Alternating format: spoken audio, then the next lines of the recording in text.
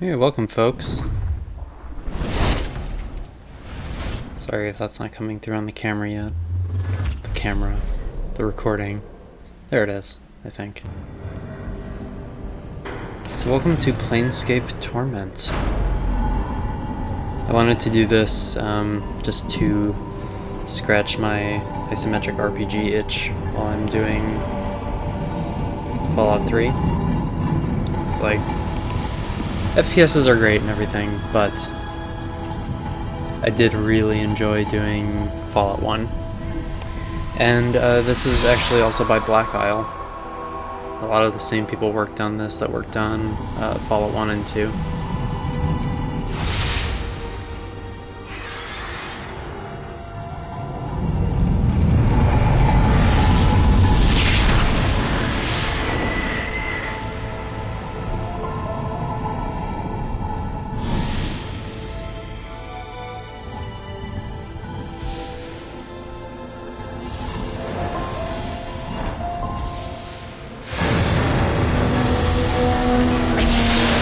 Sorry if that's extremely loud.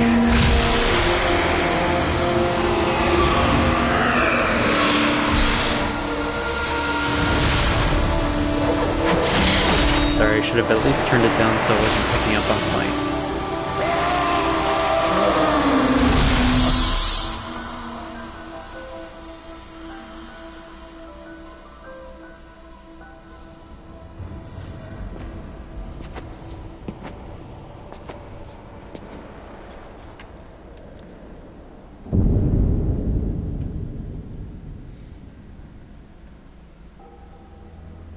Alright, so yeah, welcome to Planescape Torment. This is, like I said, an isometric RPG, developed by Black Isle, again, 1998 or something. And yeah, this is considered one of the best narrative games of all time by a lot of people. I happen to agree. I didn't get to experience it until my late 20s. That's kind of when I finally found it. Also, owing to Watch Out for Fireballs, so anytime I can plug those guys, I will. But yeah, this is set in the Planescape setting, which is kind of a subset of D&D, which largely concerns itself with the planes, which, you know, might only be, you know, a kind of setting for high-level D&D play. But in this, it's just kind of your day-to-day, which makes it very strange and often off-putting, but it allows for some really interesting ideas. So, as you saw from that opening cutscene, we are a rough-looking customer there, being pushed around on a slab by a zombie, and then we start to wake up. We have a lot of dreams. So let's pick New Life. I am playing the Enhanced Edition, which is why this is not a shitty resolution. And also I was able to turn the difficulty down to easy, although there is not a story mode like there is in Baldur's Gate, because it's actually important that you be able to die narratively. But let's not dive into it too much more. Let's New Life. Oh, we got our character creation. So combat is something that's really marginal in this game, and something that we should avoid whenever possible, and we will. A lot of this game takes place just in conversation. So we are maxing out, or we are not maxing out, but we are pumping all of our points into Wisdom, Charisma, and Intelligence, getting all of those up to 16. We are the Nameless One, cannot rename ourselves.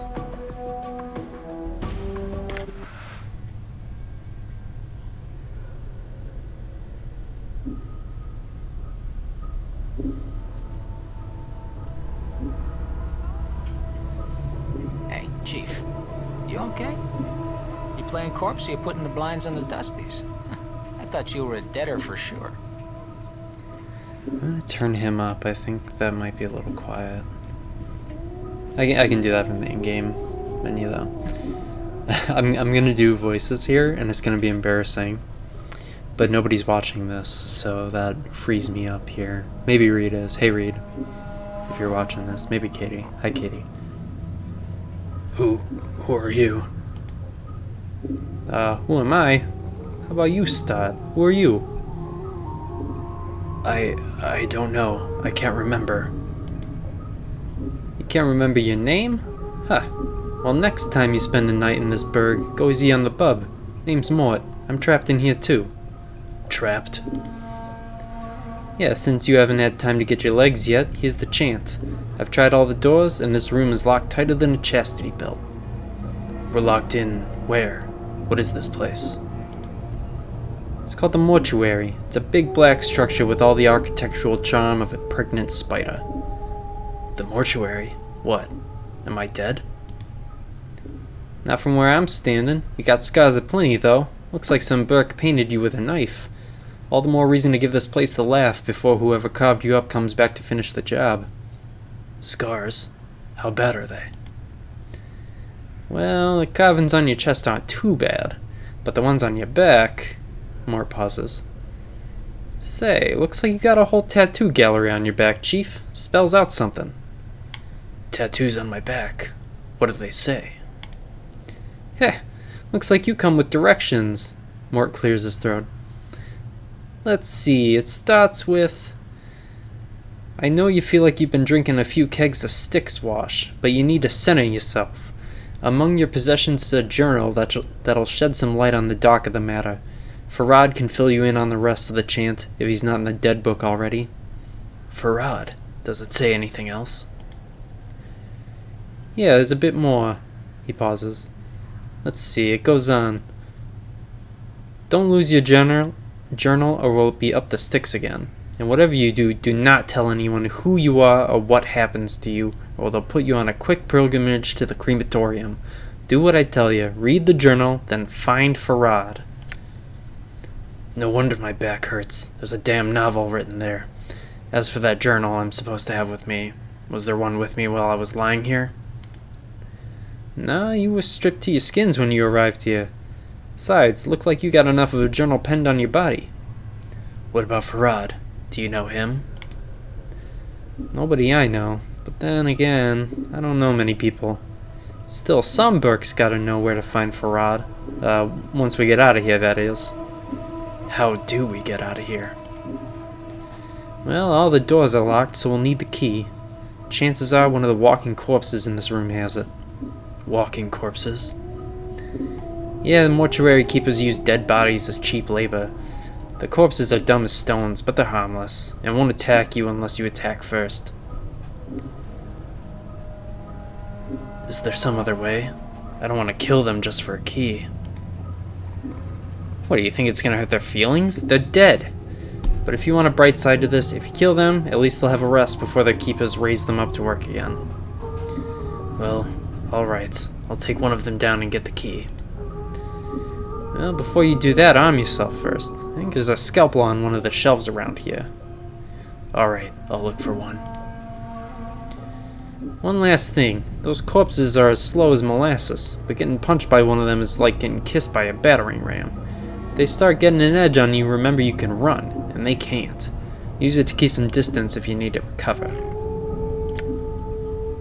Alright, thanks for the advice. Done. Done. Now let me turn up the volume on the voices. How do you like my voices so far? I thought they were pretty good, actually. So what we really need to turn down is the sound effects and the movies, I think is kind of the problem here. And then we can... hang on. Sorry, this is obnoxious. Just turn up the rest of the volume a little bit. Turn me down just a smidge. Okay, I think that'll do it.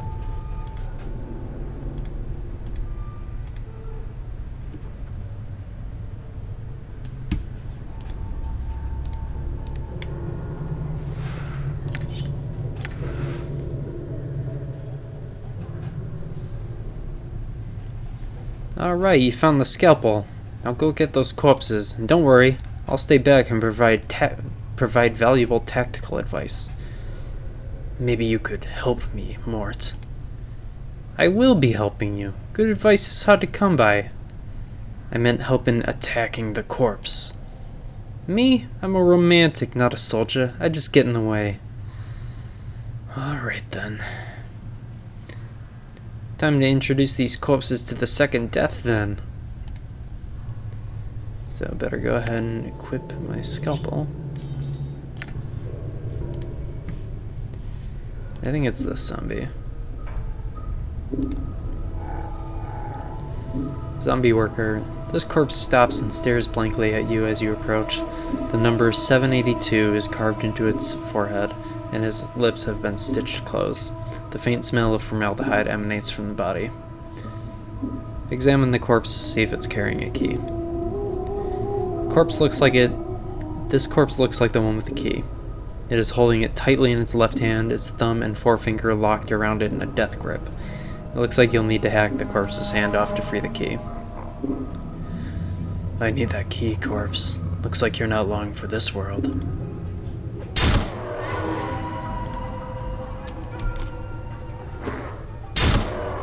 Mort says he's gonna hang back, but he does join us to fight there. So let's loot him. Preparation room key. If there's anything good on here. Nothing. Okay. Well, we have left the first room. Congratulations.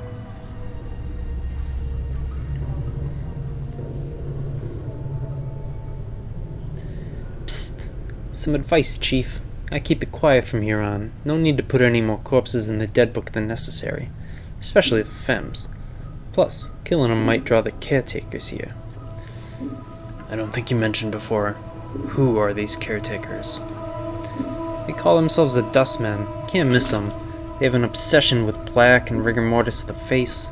They're an addled bunch of ghoulish wet death worshippers. They believe everybody should die. Sooner better than later. I'm confused. Why do these Dustmen care if I escape? Weren't you listening? I said the Dusties believe everybody's gotta die, sooner better than later. You think the corpses you've seen are happier in the dead book than out of it? The corpses I've seen here, where did they all come from? Death visits the plane every day, Chief. These shamblers are all that's left of the poor sots that sold their bodies to the caretakers after death. Before you said something about making sure I didn't kill any female corpses. Why? What? Are you serious? Look, Chief. These dead shits are the last chance for a couple of hardy bashers like us. We need to be chivalrous. No hacking them up for keys, no lopping off their limbs, things like that. Last chance? What are you talking about? Chief, they're dead, we're dead. See where I'm going? Eh? Eh? You can't be serious. Chief, we've already got an opening line with these limpin' ladies. We've all died at least once. We'll have something to talk about. They'll appreciate men with our kind of death experience. Wait, didn't you say before that I'm not dead? Well, alright, you might not be dead, but I am. And from where I'm standing, I wouldn't mind sharing a coffin with one of these fine, sinewy cadavers I see here. Mort starts clacking his teeth, as if in anticipation. Of course, the caretakers would have to part with him first, and that's not likely. Alright, I'll try to remember that. Look, Chief, it's obvious you're still a little addled from your kiss with death, so I've got 2 bits of advice for you. 1, if you got questions, ask me, alright? Alright, if I have any questions, I'll ask you. 2nd, if you're half as forgetful as you seem to be, start writing stuff down. Whenever you come across something that might be important, jot it down so you don't forget. If I had that journal I was supposed to have with me, I'd do that. Start a new one then, Chief, no loss. There's plenty of parchment and ink around here to last you. Alright, couldn't hurt. I'll make a new one then. Use it to keep track of your movements. If you ever start to get cloudy on important things like who you are, or more importantly who I am, use it to refresh your memory. Alright, I got it.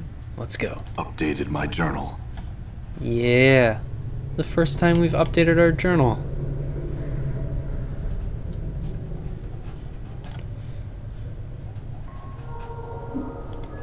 I'll talk to you. This corpse is lumbering along a triangular path. Once it reaches one of the corners of the triangle, it pauses, then turns and staggers towards the next corner. It has 965 tattooed on the side of its skull. As you approach, it halts and stares at you. Mort says, "Heh, looks like someone forgot to tell this sod to stop walking the rules of threes." "What do you mean?" "These corpses don't have much left in the attic, so they can't do more than one task at a time. When they're told to do something, they'll keep doing it until someone tells them to stop. This poor sod probably finished some task and they forgot to tell him." "You said something about the rule of threes. What did you mean by that?" Updated my journal. "Eh? Well, the rule of threes is one of those laws about the planes, about everything tends to happen in threes, or everything's composed of 3 parts, or there's always 3 choices, and so on and so forth." "You don't sound like you hold much faith in it." "It's a load of wash if you ask me. If you look for a number, any number, and try to attach some great meaning to it, you're gonna find plenty of coincidences." "Alright, come on, let's keep moving."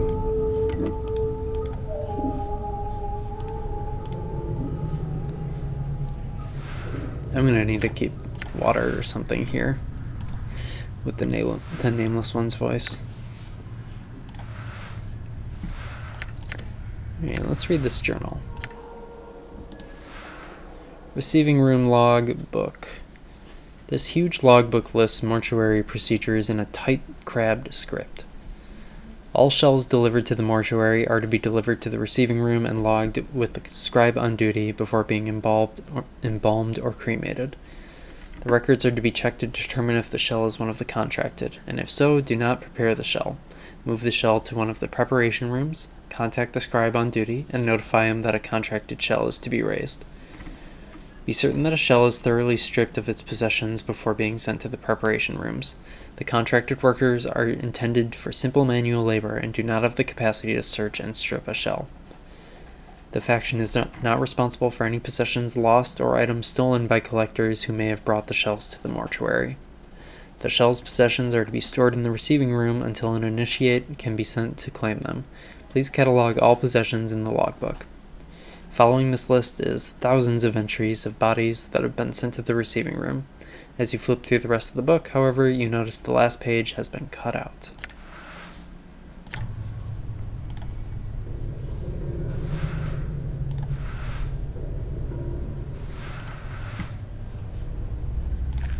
Bunch of zombies around.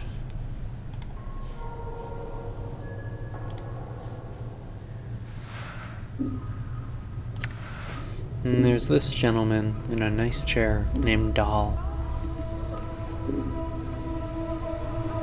The scribe looks very old. His skin is wrinkled and has a slight trace of yellow like old parchment. Charcoal gray eyes lie within an angular face, and a large white beard flows down the front of his robes like a waterfall. His breathing is ragged and irregular, but even his occasional coughing does not slow the scratching of his quill pen. "Greetings." "Oh, Chief, what are you doing?" "I was going to speak with this scribe. He might know something about how I got here." "Look, rattling your bone box with Dusty should be the last thing." Before Mort can finish his rant, the scribe begins coughing violently. After a moment or two, the coughing spell dies down, and the scribe's breathing resumes its ragged wheeze. "And we especially shouldn't be swapping the chant with sick Dusties. Come on, let's leave. The quicker we give this place the laugh, the better." Before Mort can finish, the scribe's gray eyes flicker to you. "The weight of years hangs heavy upon me, restless one." He places down his quill. "But I do not yet count deafness among my ailments. Restless one, do you know me?" "Know you? There's a trace of bitterness in the scribe's voice as he speaks. "I have never known you, restless one. No more than you have known yourself." He's silent for a moment. "For you have forgotten, have you not? Who are you?" As always, the question, and the wrong question as always. He bows slightly, but the movement suddenly sends him into a bout of coughing. He pauses for a moment, catches his breath. "I am Dahl. Perhaps you can answer some questions for me, Dahl." Updated my journal. "Very well. What did you wish to know? What is this place? You were in the mortuary, Restless One. Again you have come. Before he can finish, Dahl breaks into a fit of coughing. After a moment he calms himself, and his breathing resumes its ragged wheeze. This is the waiting room for those about to depart the shadow of this life. Tell me about the mortuary. This is where the dead are brought to be interred or cremated. It is our responsibility as dustmen to care for the dead, those who have left the shadow of life and walked the path to true death. Dahl's voice drops in concern. Your wounds must have exacted a heavy toll if you do not recognize this place. It's almost your home. Shadow of life? Yes, a shadow. You see, Restless One, this life, it's not real. Your life, my life, they're shadows, flickerings of what life once was. This life is where we end up after we die, and here we remain trapped, caged, until we can achieve the true death. True death? True death is non-existence, a state devoid of reason, of sensation, of passion. Dahl coughs, then gives a ragged breath. A state of purity. Sounds like oblivion. Why would anyone want that? Is it worse than remaining in this shadow of what life once was? I think not. I see. I had some other questions. How did I get here? Dahl snorts in contempt, as if he finds the memory repugnant. Your moldy chariot ferried you to the mortuary, Restless One. You would think you were royalty based on the number of loyal subjects that lay stinking and festering upon the cart that carried you. I arrived here on a cart. Updated my journal. Yes, your body was somewhere in the middle of the heap, sharing its fluids with the rest of the mountain of corpses. Dahl breaks into another violent coughing fit, finally catching his breath minutes later. Your Seneschal Farad was, as always, pleased to accept a few moldy coppers to dump the lot of you at the mortuary gate. Who's this Farad? He's a collector of the dead. Dahl draws a ragged breath and continues. We have such people in our city that scavenge the bodies of those that have walked the path of true death and bring them to us so that they may be interred properly. Where can I find this Farad? If events persist as they have, Restless One, you have a much greater chance of Farad finding you and bringing you to us again before you find whatever ooze puddle he wallows in this time. Nevertheless, I must find him. A slight warning creeps into Dahl's voice. Do not seek out Farad, Restless One. I'm certain that it will simply come full circle again with you none the wiser and Farad a few coppers richer. Accept death, Restless One. Do not perpetuate your cycle of misery. I have to find him. Do you know where he is? Updated my journal. Dahl is silent for a moment. When he finally speaks, he seems to do so reluctantly. I do not know under which gutter stone Farad lairs at the moment, but I imagine that he can be found somewhere beyond the mortuary gates in the hive. Perhaps someone there will know where you can find him. Hang on, I'm gonna grab some water. Sorry.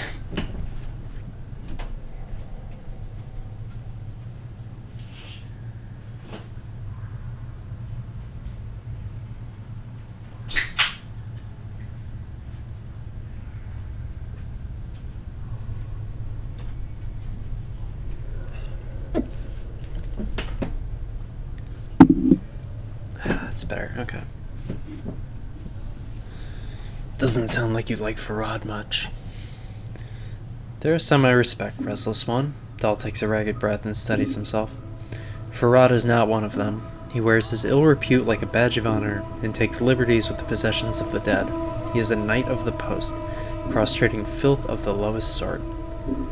Knight of the post? A knight of the post, Dahl coughs, a thief. All Farad brings to our walls comes stripped of a little less of their dignity than they possessed in life. Farad takes whatever he may pry from their stiffening fingers. Did this Farad take anything from me? Dahl pauses, considering. Most likely. Are you missing anything? Especially anything of value? His voice dips as he frowns. Not that Farad would take exception to anything that wasn't physically grafted to your body, and sometimes even that's not enough to give his greedy mind pause. I am missing a journal.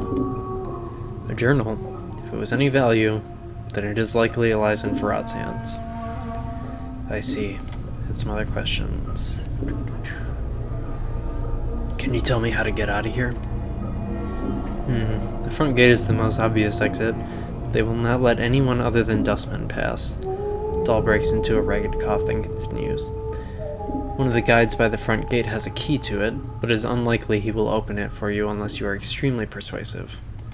Other questions? Do you know who I am? Updated my journal. I know scant little of you, Restless One. I know little more of those that have journeyed with you, and who now lie in our keeping. Dahl sighs. I ask that you no longer ask others to join with you, Restless One. Where you walk, so walks misery. Let your burden be your own. There are others who have journeyed with me, and they're here. Updated my journal. Do you not know the woman's corpse interred in the memorial hall below? I had thought that she had traveled with you in the past.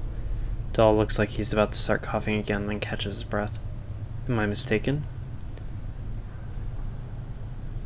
I know nothing about her. Dahl makes no response to this. He simply stares at you in silence. Before, you said there were others interred here who journeyed with me. Where are they? Doubtless there are, but I know not their names, nor where they lie. One such as you has left a path many have walked, and few have survived. Dahl gestures around you. All dead come here. Some must have traveled with you once. Where's the woman you mentioned? The Northwest Memorial Hall on the floor below us. Check the beers there. Her name should be on one of the memorial plaques. Mayhap that will revive your memory. Well, mayhap I'll go find her. What do you do here? I'm a scribe, a cataloger of all the shells that come to the mortuary. Dahl coughs again, then takes a deep breath. As long as the stream of corpses flows through the mortuary, I shall remain at my post. You say that I've been here more than once. How is it that the dustmen do not recognize me? Updated my journal. I'm the one that catalogs the shells that come to our halls, Restless One. Dahl breaks into a fit of coughing, then steadies himself. Only I see the faces of those that lie upon our slabs. The dark of your existence lies safe with me. It seems I owe you a favor. Farewell, Dahl. As you turn to leave, Dahl speaks. Know this. I do not envy you, Restless One. To be reborn as you would be a curse that I could not bear. You must come to terms with it. At some point your path will return you here. Dahl coughs, the sound rattling in his throat. It is the way of all things flesh and bone. Then perhaps we will meet again, Dahl.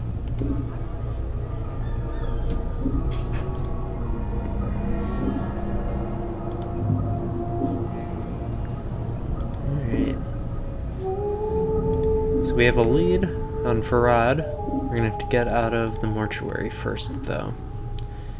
And the dustmen are not gonna want us to leave. So we gotta find a way. We know about a former companion of mine who has a memorial on the floor below us. For now, let's keep exploring this floor. Yeah, look at that wild shit.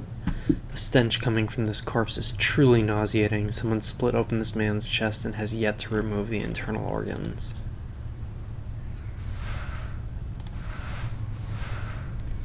Just picking up bandages.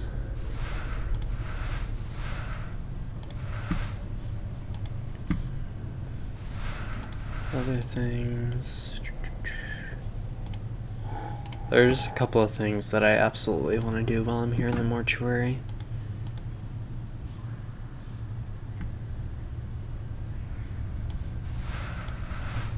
I'm gone. Alright.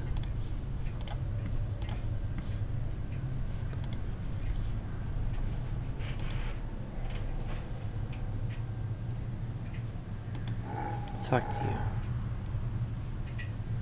The shambling corpse gazes at you with vacant eyes. The number 821 is carved into his forehead, and his lips have been stitched close.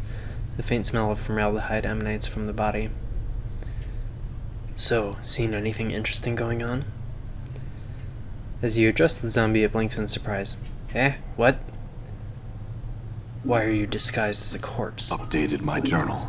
The zombie is trying to respond behind his stitched lips. He has a peculiar, half-frightened, half-angry expression. Who you? What you want?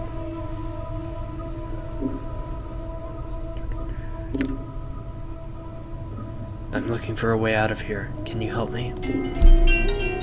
Jesus. The zombie doesn't seem to have heard you. He looks you up and down for a few moments, then frowns. What do you here? His eyes narrow suspiciously. You spy on Dusty's?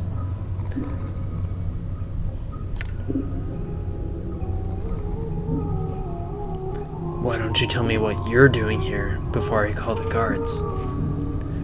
There must be something in your eye that makes the zombie's expression crumble. No. Don't call the guards. He looks frightened. Me spy on Dusty's, say what I see. Nothing more. Spy for who? The zombie falls into a frightened silence. He seems unwilling to say more. Come on, what are you watching this place for? Hold on. Mort sounds surprised. This Burke must be an anarchist. Heh. Posing as a zombie's gotta be a first for those adult sots. Anarchist? Updated my journal. Anarchists, they're a faction that wastes their time peeping on authority figures and looking for ways to tear down anything that stinks of order or control. Mort snorts. The anarchists think every Burke across the plains will be free and happy to seek out their own truth once the establishment is burned to the ground. They want to establish a new order. No order at all.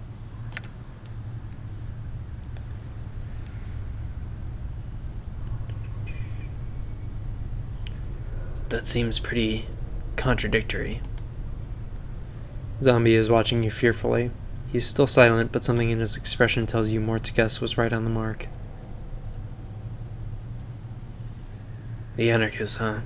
That who you're watching this place for? To your surprise, the zombie turns away from you. He is starting to glance around fearfully. There's something else I wanted to know. What you want to know?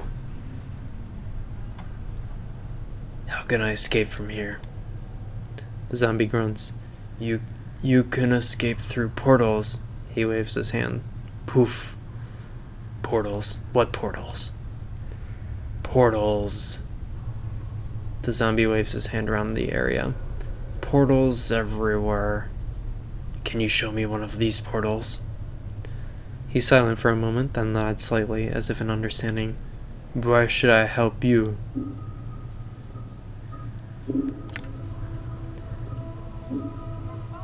Because I won't expose your little disguise, if you help me.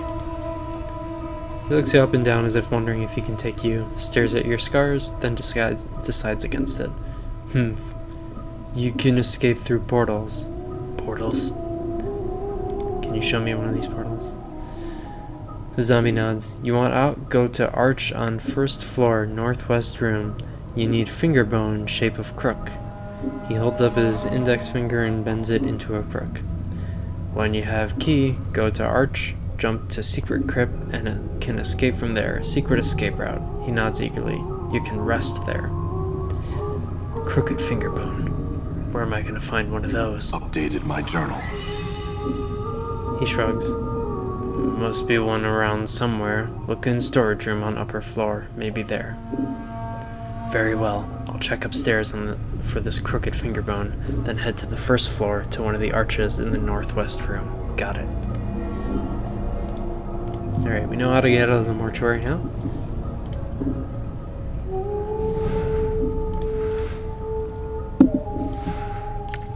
Some embalming fluid, good. More of that. That one's locked. Something that's easy to forget Forced it. is that you can force locks in this game, and you absolutely should. Because this game isn't really like any other D&D based game of this ilk. Like, it just to give you a really clear example of something that's weird about this game is that you cannot equip your party members with armor. So like that should tell you something about kind of the role that combat has in this game. So this zombie worker, this heavily stitched corpse is shuffling lazily back and forth between two slabs. The number 506 has been stitched into its forehead, and the side of its neck, and its right arm. In fact, the skin of this peeling corpse has been sewn up with so many stitches, its skin looks like a bizarre street map. Examine the stitches. The stitches encircle the corpse, running from its arms, across its chest, up its neck, and into a damp mass of white hair. As you follow the crossroads of stitches, you notice someone has jammed a needle into the corpse's forehead.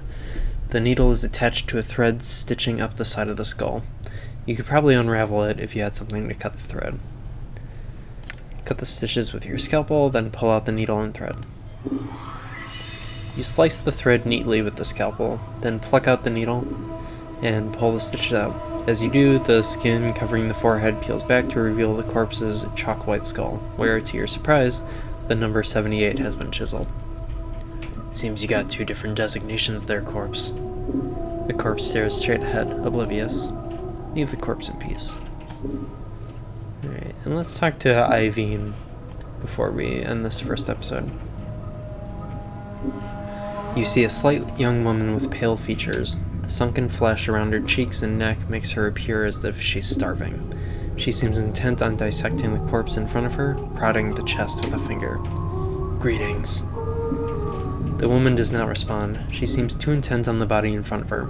As you watch her work, you suddenly notice her hands. Her fingers are talons. They're darting in and out of the corpse's chest cavity like knives, removing organs. I said greetings. The woman makes no response. I think the dusty chip might be a bit short of hearing, Chief. Let's lay off, shall we? Tap the woman, get her attention. The woman jumps and whips around to face you. Her eyes are a rotting yellow, with small orange dots for pupils. As she sees you, her expression changes from surprise to irritation, and she frowns at you. Greetings. She doesn't seem to have heard you. She leans forward, squinting, as if she can't quite make you out. Whatever is wrong with her eyes must make her terribly nearsighted. You. She clacks her taloned fingers together, then makes a strange motion with her hands. Find thread and embalming juice. Bring here to Iveen. Go, go, go. Give her the thread and embalming fluid. Updated my journal. Without missing a beat, Iveen snaps the thread from your hands and hooks it around one of her talons, then begins sewing up the corpse's chest. She then takes the embalming fluid and begins to apply a layer to the corpse. Wait. Within minutes, she's finished. She clicks her talons, then turns to face you. To your surprise, she extends her hand and drags her talons along your arms and chest. I keep playing zombie. Looks like you have a new friend, Chief. You two need some time together, or... Keep playing zombie. As she traces your arms and chest, you suddenly notice she seems to be examining your scars. She withdraws her talons, clicks them twice, then bends forward and examines some of the tattoos on your chest. Humph. Who write on you? Hivers do that? No respect for Zumphies. Zumphies not paintings. She sniffs, then pokes one of your scars. This one bad shape. Many scars, no preserves. Wait. Her talons suddenly hook onto the thread you brought her, and lightning-like, she jabs another talon into the skin near one of your scars. It feels barely more than a pinprick, but it looks like she's about to start stitching you up. Let her work. Updated my journal. The sensation is curiously painless, as Iveen begins to stitch up your scars. When she's done, she sniffs you, frowns, then stabs her fingers into the embalming fluid. Within minutes, she's dabbed your body with the fluid, and strangely enough, it makes you feel better. Let her work. This may be the second time in my life I'm thankful I don't have a nose. Iveen puts the last touches on your body, gives you another sniff, nods, then makes a shooing motion with their talons. Done. Go. Go. And that little exchange gives us 1 max HP. So let's save there. We'll call it for this episode. Thank you for joining me, and I'll see y'all next time. Bye.